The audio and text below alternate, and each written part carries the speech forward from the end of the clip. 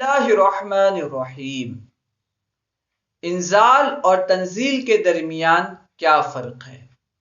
लफ्ज़ इंजाल और लफ्ज़ तंजील दोनों नाजिल करने के माना में इस्तेमाल होते हैं। लफ्ज़ इंजाल का माना भी है नाजिल करना, लफ्ज़ तंजील का माना भी है नाजिल करना। इंजाल जो कि बाब इफ़आल का मस्दर है, इसका माना भी है नाजिल करना। तंजील जो कि बाब तफ़ईल का मस्दर है, इसका माना भी है नाजिल करना। दोनों में फ़र्क क्या है? इंजाल और तंजील दोनों नाजिल करने के माना में इस्तेमाल होते हैं। इनमें फ़र्क क्या है?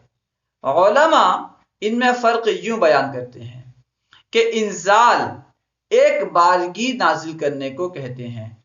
एक बारगी किसी चीज के नाजिल करने को इंजाल कहते हैं। किसी चीज को एक ही दफा नाजिल कर दिया जाए, एक ही दफा उतार दिया जाए, ये इंजाल कहलाता है। और आहिस्ता आहिस्ता तदरीजन किसी चीज को नाजिल करना, किसी चीज को उतारना तंजील कहलाता है।